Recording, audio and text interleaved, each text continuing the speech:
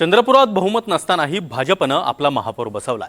राज्यामध्ये विरोधात असलेल्या उद्धव ठाकरेंचे नगरसेवक सोबत घेऊन भाजपनं काँग्रेसला सत्तेपासून दूर लोटलाय। ही कमया भाजपचे नेते सुधीर मुनगंटीवार यांनी केल्याचा दावा त्यांचे समर्थक करतायत। सोशल मीडियावर मुनगंटीवारांचे खास रील्स देखील आता व्हायरल होऊ लागलेत आणि हे सगळं सुरू असतानाच मुनगंटीवार आणि किशोर जोरगेवार यांच्यामधील वाद देखील पुन्हा एकदा उफाळून आलाय। चंद्रपूर भाजपामध्ये नेमकं काय सुरू आहे, कशा प्रकारे मुनगंटीवारांचं कौतुक होत आहे आणि जोरगेवार आणि मुनगंटीवारांमधील वाद पुन्हा एकदा चव्हाट्यावर आलाय, पाहूयात।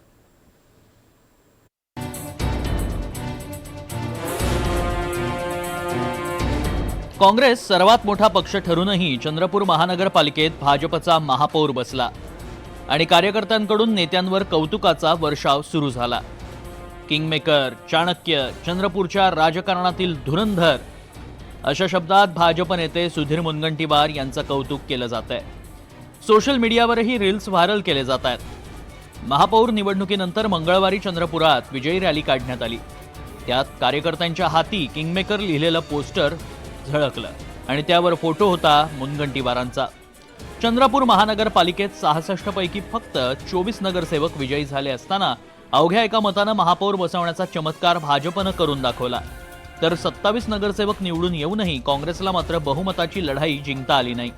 काँग्रेसमधील गटबाजीचा फायदा घेत भाजपनं विजय वडेट्टीवार आणि खासदार प्रतिभा धानोरकर यांना मात दिली आहे। एका फेसबुक पेजवरून मुनगंटीवार यांच्या समर्थकांकडून काही रील्स व्हायरल केले जात आहेत। इतकंच नाही तर खेळ तोच जिंकतो ज्याला खेळ कळतो असं म्हणत आमदार किशोर जोरगेवार यांना डिवचण्याचा प्रयत्नही झालाय।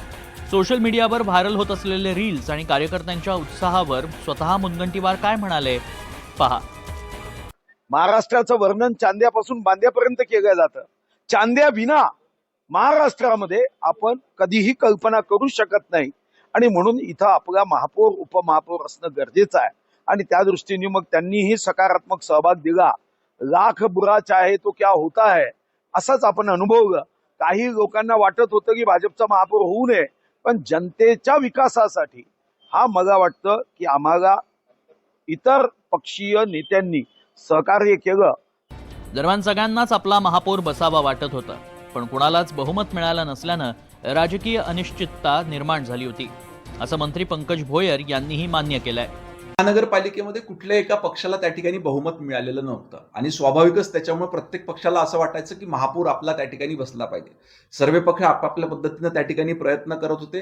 हे होत असताना त्या ठिकाणी भारतीय जनता पार्टीला त्या ठिकाणी शिवसेनेच्या उभाटा गटानं मदत केली, कारण त्या ठिकाणी अनेक वेळेस मी याच्या अगोदर देखील सांगितलेलं आहे की स्थानिक स्वराज्य संस्थांच्या निवडणुकीमध्ये स्थानिक पदाधिकारी, स्थानिक कार्यकर्ते, स्थानिक नेते हे त्या ठिकाणी भूमिका घेत असतात किंवा म्हणणं मांडत असतात। पक्षांतर्गत गटबाजीमुळे काँग्रेसला आपला महापौर बसवता आला नाही। दुसरीकडे भाजपमध्येही सर्व काही आलबेल झालंय असं नाही।